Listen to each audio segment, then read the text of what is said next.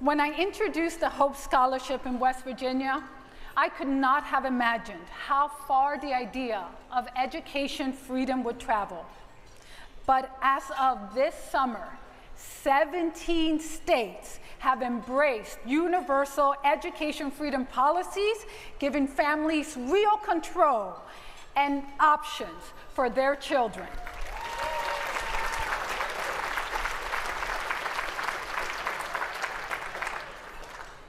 When I brought that program to ALEC, I believed it could be a roadmap for the nation, and it's been incredibly fulfilling to see it take root and flourish in state after state. It is one of the many reasons for why I'm grateful to be part of this organization and grateful that you all are part of this organization. Now, as one of ALEC's top model policies, we are watching families from Alabama to Arkansas, from Iowa to Indiana, now have the ability to choose the education that best fits their child's needs. And that momentum is only growing. Yes.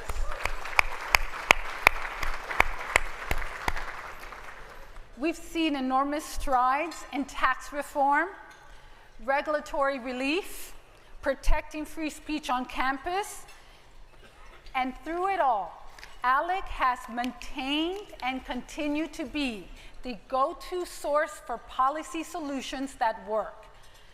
Today, our opening panel is going to dive deep into the transformation we have sparked in classrooms across America. One of our guests today has been there from the very beginning. Robert Enlow is the president and CEO of EdChoice, based right here in Indianapolis. You can even see their building from our hotel. Before founding EdChoice in 2016, he helped launch and lead the Milton and Rose Friedman Foundation for Educational Choice, working side by some of the earliest pioneers in this movement. He has been a fundraiser, a strategist, an author, and a relentless advocate for giving every child an option. And he has built EdChoice into one of the most respected and successful advocates for educational freedom in the nation. Joining Mr. Enlow is one of our gracious hosts this week, Speaker Todd Huston. His leadership, partnership, and warm hospitality have been instrumental in making this event such a success. We're grateful for his support and for everything he's done to help bring us together here in Indiana.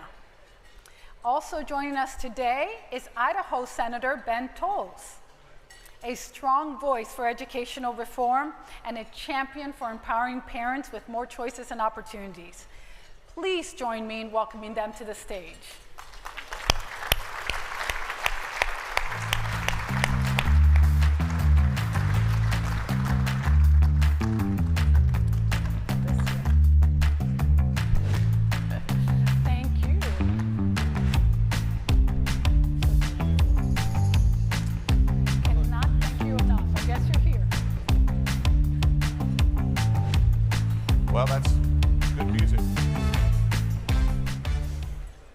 Good afternoon, ladies and gentlemen.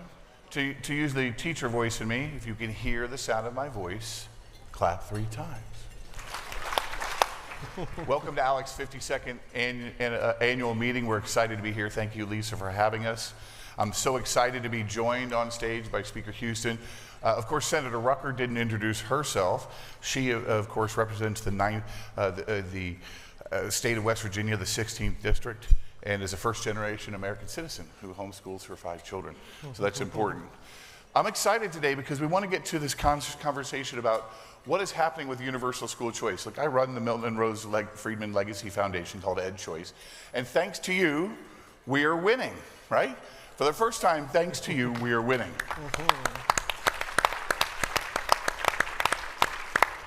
But now that we're winning, the question becomes is how are we winning? Are we winning in the right way? Are we doing the right thing? So I want to quickly run you through some slides to just sort of set the context, and then I get to ask these brilliant leaders like Speaker Huston, who's been here from the beginning in Indiana, and Senator Toews from Idaho, who passed the most newest bill about personal tax credit, refundable tax credit. Yeah, it's all right. So, I'm used to that. as you know, our founders, Milton and Rose Freeman, believed in this simple idea: universal choice will greatly improve the quality of educational opportunities for children. Milton Freeman would be happy to be here today because you guys have made it so that almost half of all American children are eligible for choice. He believed that all students should have all the options with all the dollars. We say all available dollars. And unless you've been hiding under a rock, school choice has been on the march in your state and across the country. In 2024, we saw 36 educational choice bills in 38 states. 11 states enacted or expanded new programs. 2 of those were universal or near universal. Thanks to our friends in Alabama and Louisiana for that. It continued in 2025. Just take a step back real quick. When we started in 1996, there were 5 programs operating in 5 states. There are now 75 programs operating in 35 states with over 1.3 million children receiving scholarships. You guys have made it possible to change the lives of millions of children. In 2025, though, we've seen growth as well. And you saw a tremendous number of states, including Indiana, go to universal choice. But what does it mean to have universal choice? So let's just take that apart real quick. We believe that all students should have choice. There are actually 19, we count 19 states a little differently than our friends ALEC. There's nothing wrong with that. We think the 19 states could say every single child in your state should be eligible to receive a scholarship. By the way, just like a public school. Every single child in the state's eligible to go to traditional school. Every single state's eligible to go to charter school. And now in these 19 states, every single child is eligible to go to a non-public school or an option of their choice. We believe that 17 states actually allow all the options. Now, what do we mean by that? That means that 17 states say it's not just private schools that you could choose, it's all the options. It's private schools, it's public schools, it's tutoring, it's online, it's at home. It's any way a parent can customize their education, otherwise known as ESAs, which Senator Rucker is the leader on. And then we say all dollars, right? Because you can have a bunch of kids who are eligible, but they don't have the dollars that are following them, right? So a continuous stream of funding matters. And so if you add those 3 things together, we've made great progress, but there are only 5 states that meet all 3 of those criteria right now. That basically say every child, every option, and every dollar. And thanks to New Hampshire, our friends in New Hampshire here, you joined the crowd this year. And places like Indiana and Idaho are making great strides towards all the options, and we'll talk about that with the speaker here, because we have a voucher program here. So one of the things that's important to say about this is universality matters. Incrementalism tilts towards government. It doesn't tilt towards families. And so we think that growing universal in all 3 of these ways are incredibly important. And the data is in. If you're in Florida, you've seen 750 new private schools go in your state. If you're in Ohio, you've seen 400 new private schools. If you're in Arizona, you've seen 100, just in the last 150 schools in the last year. They went universal, and over 2,000 new ESA vendors. It's incredible, and even in our state of Indiana, we're seeing a ton of growth in new school options. So, what does this mean? We need to focus on the North Star, we need to keep focusing on free markets, and those ideals. To discuss that right now are the people that know more than I do. Speaker Huston, Senator Rucker, and Senator Toews. So thank you and welcome very much for coming. So the first question I'd have for you, so Mr. Speaker, in Indiana, you've been there from the very beginning, 2010, all the way through today. We've grown it to now universal. Senator Rucker, you started the ESA avalanche for universality in 2021. Senator Toews, you just passed the newest bill in Idaho that's a personal tax credit, refundable tax credit. Where are we, in your mind, where are we in this movement? Where are the pros and the cons? Tell the audience, what do you think is going well? Where do you think people are responding? And is the sky really falling? No, the sky's not falling. It couldn't be any better, actually. I mean, I think, look, the last few years have been so exciting on this, as Robert noted, and Robert's a longtime friend, and we wouldn't be where we are in Indiana without Robert. Every step of the way, he's been a critical cog in this journey. But you know, back in 2011, when we did the first voucher program, you know, we continued to expand vouchers every year, you know, to some extent, you know, choosing either by income level or specific types of populations, all the way up until in 2023, we basically went universal. We had to just get to the final 2.5% of Hoosier families this past budget year. But you know, I think it's proven out to be successful in every way. First of all, it's empowered parents to choose the right education system for their kids. It's allowed money to actually follow kids in ways that we didn't even imagine back then, into career type programs and programs that really meet specific, you know, interests of students. And frankly, the data's shown it's made the public schools better. So I mean, you know, we've not just achieved giving parents the critical component of controlling the options and the education for their students, but we've actually raised the bar for every family and for every school academically, and I think that's just a huge win. It's a huge one. That's great. Senator Rucker, you faced Red for Ed. You passed this incredible bill in 2021. It's now becoming truly universal. Talk about where you are in your state and what do you see the opportunities and the challenges? So I will tell you that when we did face that Red for Ed and the big pushback by trying to just give students just the smallest bit of options and choice, all the scenarios that were thrown at us, you know, our small rural state with small rural schools, we're going to go bankrupt. They could not afford it. We already don't fund public education enough. All of those different arguments were made. There weren't enough choices for parents in West Virginia, which is true. We are one of the states that had this, at that time, the smallest amounts of private schools available for their families. But here's what has occurred.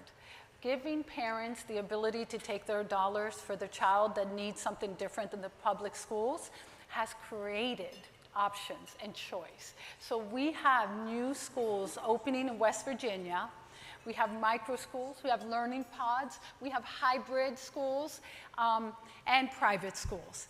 And one of the most amazing things has been this interplay and understanding of the education community with what they've been doing that hasn't worked and what could be happening that does. So we've just started in West Virginia seeing the public schools start to copy some of the things that are being offered in those private models. I mean, that is literally the vision and the dream that I had.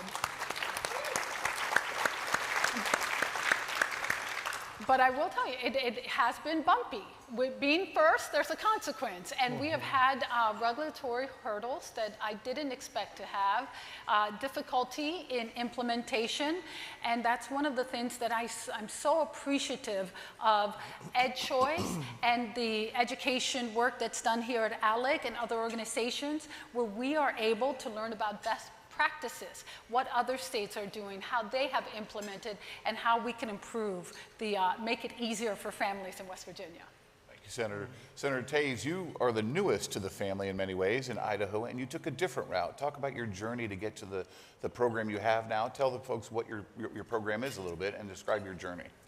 Yeah, I think that the path to universal school choice is as unique for each state as it is the constituents we serve. I mean, every state has its own unique situation, but there are some commonalities. I'd say that the entrenched system that doesn't serve students, that serves all too often different interests that are not the best thing for the students. So what we've seen is a great process where we were able to create a choice within the public school system. So we have a great charter school system, and we have open enrollment. And so there was a lot of progress in those areas, but we could never crack through the issue of actually getting outside of the public school system until this session. And this session, we passed a bill to allow for a refundable tax credit. And that was a battle. You asked, is the sky falling? The papers said that it was an existential threat to the public school system. And my thought about that was, if you believe that there's such a large problem in the public school system that you're going to have a mass exodus, maybe you need to do some introspection. Maybe you need to look at the changes that you need to make. Because when parents are able to make the choice, when there's the market forces that we need, it actually creates a better system for everyone, for all students everywhere. And so that's what we've done.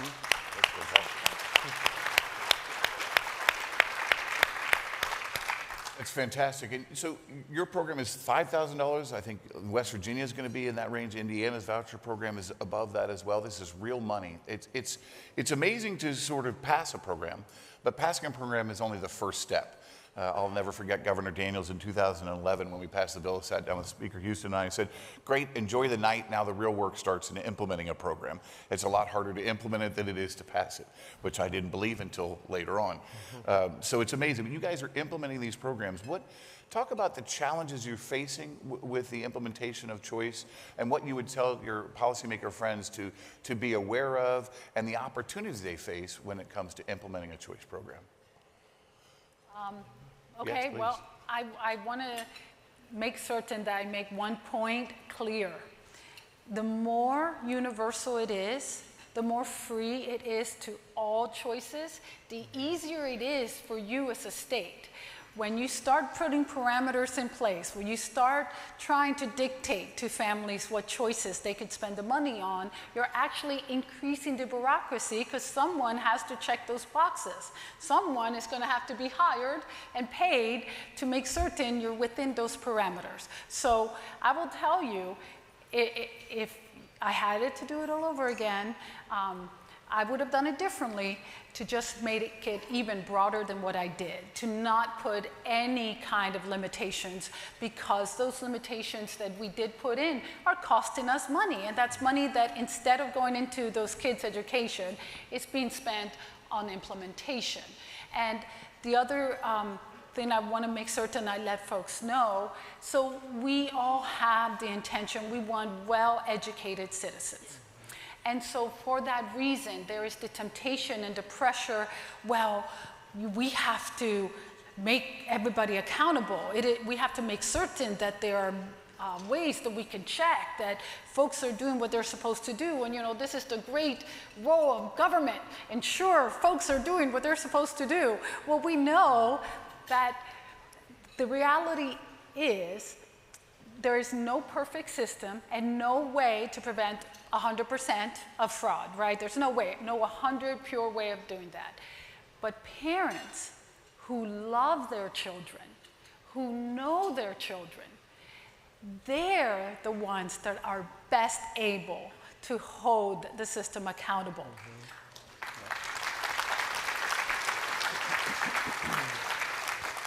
We need to respect them and give them the reins so that they are the ones that determine where the money should go and where it could best be spent because they know. Great. Mr. Speaker. We have our biggest private school program is the voucher program. We also have an ESA program. We also have a career savings account program. And it is kind of funny, there's this incredible bar that's been set. Like, the programs have to be perfect, right? Now, we've been we passed the first voucher program in 2011. Quickly, with your help, about 30,000 kids were in it.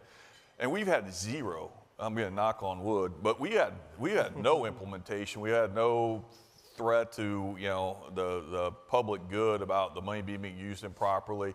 We've been very thoughtful in about how we implemented the ESA and CSAs, which are incredibly important to supporting families and their journey.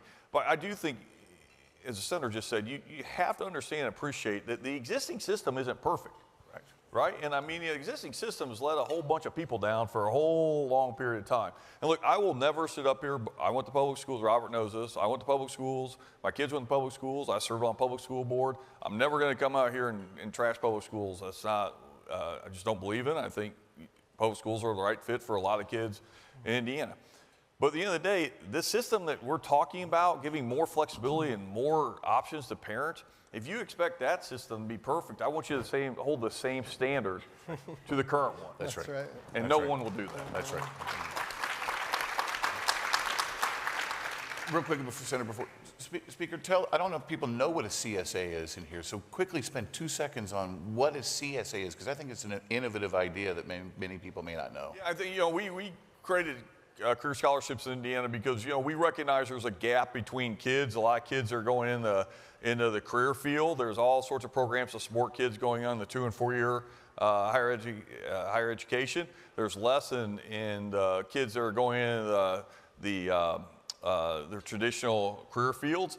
And so CSAs can be used to support, like, you know, transportation is a huge issue for a kid to get to a job, to get to an internship or apprentice type opportunity, the equipment that they need, and and you know, the books and curriculum the testing they might need to get a credential and a certification. But again, it's like letting people and letting kids determine their path, right? And the government, I think we can have a long philosophical conversation about the governmental role, and I'm a pretty small government guy, as Robert knows, we share that.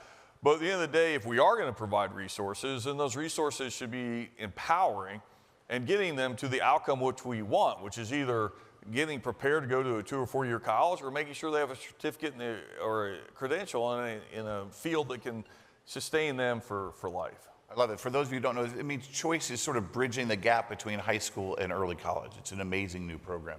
Senator Toews, talk about sort of the implementation thoughts you're having in Idaho and how you see that going and what challenges and opportunities you see. Yeah, certainly. We are 16 days into the implementation, so I'm not going to act like we have a lot of feedback yet. You don't have it perfectly done yet?